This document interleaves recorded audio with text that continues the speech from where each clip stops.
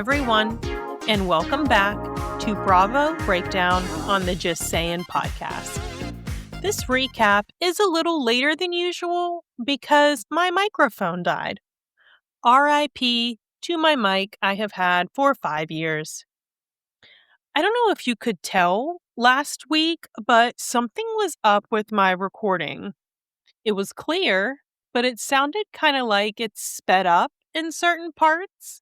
Like I would be talking normal and then it would be like blip, blip, blip, and it would be like kind of smushed on my words together. So I don't know if you guys heard that as well, but that's what I heard. So I started trying to troubleshoot my mic and I tried to record on Sunday with it and I did like some testing. And when I would like play it back, you won't believe this, but it literally sounded like a Sims character. Like, if you guys play The Sims, you know what they sound like. But I was like, oh my God. I was like, I'm a Sim. Hallelujah. Who else out there plays Sims?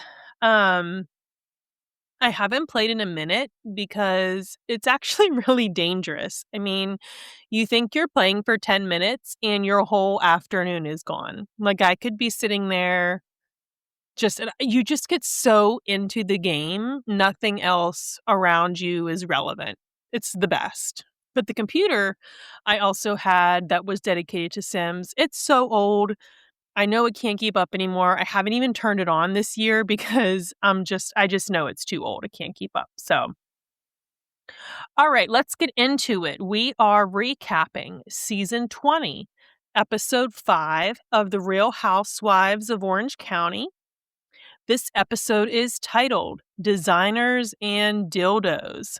I'm kind of over the whole dildo thing. Okay, so she got her a dildo for her birthday. Big deal. It's really not that big of a deal. It really isn't. 2 grown women gifting each other that. I don't get it. I need something more this season. It's starting off slow. I'm giving them grace, but I'm like waiting for something better to pop off. We start off this episode, we kind of do some flip-flopping scenes. So I like what they've been doing is they start off and you think you're going in one scene and then it's like a couple minutes here and then it flips over. So we start off with Jenn and Vicki meeting at the med spa. They're having some treatments done. And Vicki promptly tells Jenn and the employee working there, "I'm not a Debbie Downer." Yeah, I knew that comment Emily made last episode. Vicki's not letting that go anytime soon. Jenn asks Vicki about the box party that Tamara had. Vicki says, "I saw a softer side of Heather." Jenn says, "I feel like it always has to present so well together with Heather, but I don't care if everything is perfect." We then pan over to Carmella at her house. Emily is coming over. Carmella is giving her a tour. Gorgeous home. Absolutely gorgeous. Carmella says work is her happy place, which Emily finds admirable. Emily's a little worker bee too. Carmella says she went to dinner with Jenn and Tamara, and they let her know there was talk about her job. Emily says, "Yeah, Vicki says you're a liar." Carmella says, "That's insulting. Do you think it's a generational thing?" Emily says, "No, she's just crazy." Pan back over to Vicki and Jenn at the spa. Jenn tells Vicki Carmella invited her to work on a project together. Vicki says, "For God's sakes, you need to stay in your own lane and do what you do." Flip-flop back to Emily, and she asks Carmella, "What would you want Jenn to do?" She says, "Pick out tile, help me put together the design." I would give her like $20,000. Emily says, "For $20,000, I'll pick out your tile." Vicki says, red flag. I don't like braggers. Like, they are trying to buy their way in. Whatever she wants to do, cool. Good luck, bitch. Oh, Vicki is activated. I love it. Vicki's literally carrying everything right now. Her and Carmella are carrying everything. Emily asks Carmella if she was invited to Vicki's event, even though she thinks you are a liar. She says, "I think so." And then they flash back to Tamara actually inviting Carmella. Carmella says it is a little uncomfortable. Emily says, well, do you have a criminal background? She says, yeah, I violated a restraining order in a situation with her ex and some lady. She said she was being hard-headed and they were in this bar in Ohio and she wouldn't leave. And then she was on a stripper pole and a lady started talking shit and got a drink thrown on me. And she's like, but I still got arrested because I violated the restraining order. I love Carmella. Next scene, Heather, Shannon, Vicki, and Gina are having dinner. Vicki says, I'm getting drunk. The whoop it up girl is coming out. Shannon says, I'm just going to call you Deb. Deb's favorite phrase is boohoo, which is the opposite of woohoo. I love that. Shannon, did you come up with that on your own or is that something the producers did? I love it. Heather says, I'm happy to move forward with Tamra. But Shannon says she is still hesitant because of the roller coaster of a friendship they have had. She doesn't want this to be their thing, and she doesn't want to ride roller coasters anymore because she's afraid of heights. Totally fair. Heather then reveals she didn't sleep last night because of Emily. She said, you're one of my best friends, but when I saw her at Tamara's party, she wouldn't even look at me. Gina says, well, Emily told Jenn what you said regarding the obsessed comment. Heather is upset because she says it was taken out of context. And then she told her to stop talking when they were doing the boxes at Tamara's party. And then Heather just starts crying and says, I know I'm overly sensitive, but I'm so upset. Just saying, I've always thought Emily is jealous of Heather. Of just everything. Like, everything. Shannon says sometimes it can cross the line and people get hurt. Gina says you need to just talk to her. And Vicki says, I just want to know, who do we have to know to whoop it up around here? Debbie Downer! This is just the beginning. Next scene, Shannon is having dinner with her dad, Gene the Machine. He is 97. Wow. Who remembers what Kelly Dodd also called Gene the Machine? She had another phrase for him. So if you have watched all the seasons like I have, this will be coming to your mind. Shannon admits she has buried her head in the sand regarding her finances, but is now working with a bookkeeper to get on track. And I think her dad was like, you can't ignore your finances anymore. Shannon tells her dad she was upset about them moving to Rancho Santa Fe in her childhood, but says she didn't speak up when they moved. Her dad said, I didn't have the balls back then to say, we're moving back to LA to run my business.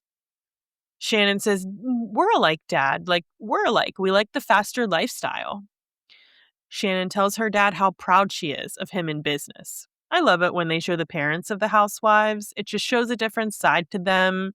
And Gene the Machine is so cute. When he smiles, I see the resemblance in her daughter, Sophie. So, just saying.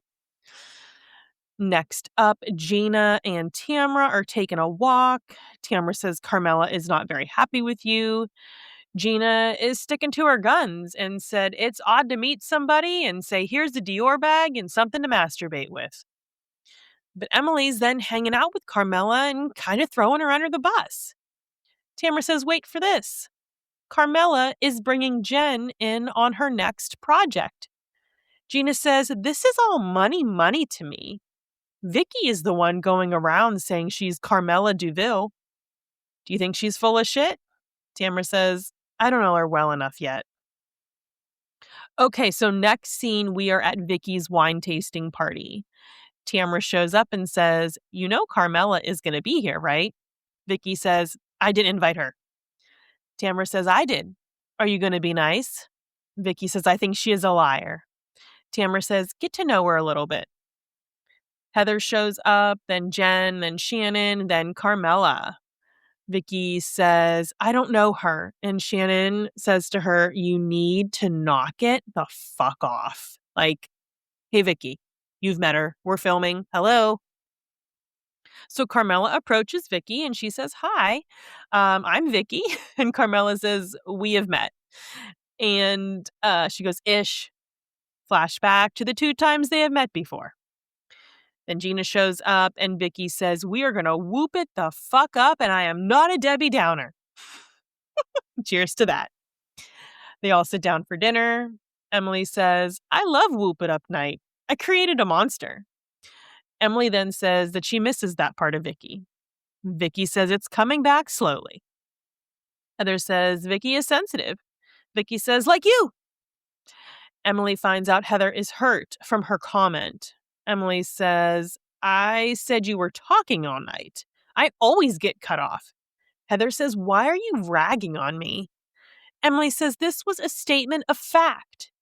Gina interjects, and you can tell by Emily's face. She says, "I don't need you to jump in, Gina." Gina says, "Don't say you don't need me. Not nice. It hurts my feelings." Emily says, "Too many people chiming in." Emily then tells Heather she is sorry. Her feelings were hurt. The birthday gift came up again. Shannon says she feels it was extravagant. Gina tells Carmella, "That is my best friend." The feedback was she talked too much, had too many questions. And then you come to her birthday party and give her a Dior bag and something to masturbate with? I'm sorry, it's a weird gift. All right, this is my opinion, just saying. It's not weird, Gina. You're making it weird. Gina is so jealous. Carmella says, "I felt exposed because she kept asking me all these questions." And Emily says, "I asked a lot of questions because I was trying to get to know you." Carmella says, "I don't spill all my shit in 5 minutes." Emily says, "Well, it was hard to get a straight answer from you." Carmella says, "Had I known it would cause this much chaos, I wouldn't have done it." Even with Gina's excuse, she's still not making sense. She's so jealous. A bag and a vibrator, it's not that big of a deal. I don't get it. And Carmella says, "Sorry you think my gift is weird or extravagant. It's me." Gina then explodes and said, "This one, Vicki is calling you a liar." Carmella says, "Do we push women down?" Vicki says, "My future husband is a developer. You buy the land and build." Carmella says, "There's different levels of development. I have a real estate license, a broker license. You can see my history, blah, blah, blah." Gina says, "Actually, she's who I'm trying to be." Vicki says she's a flipper. Gina then apologizes to Carmella. Tamara says, "I'm sorry you did something out of the kindness and this happened." Gina again apologizes, and Heather says, "May all our fights be about purses." Jeez, I want to put this purse and vibrator to bed, but excited because the next episode shows the girls going to Vegas, which is always fun. So I hope we move off this purse topic and I want something it's just weird. This season, like I said, it's starting out a little slow. I'm here for it, of course. 20 years of respect. It's a slow burn. So what do you guys think? I don't see why Gina needs to be like, "This is my best friend" crap over a bag. It's just like, "This is my best friend." I don't know why you have to even say that. I don't know. Gina is jealous of Emily's gift. Emily is always jealous of Heather.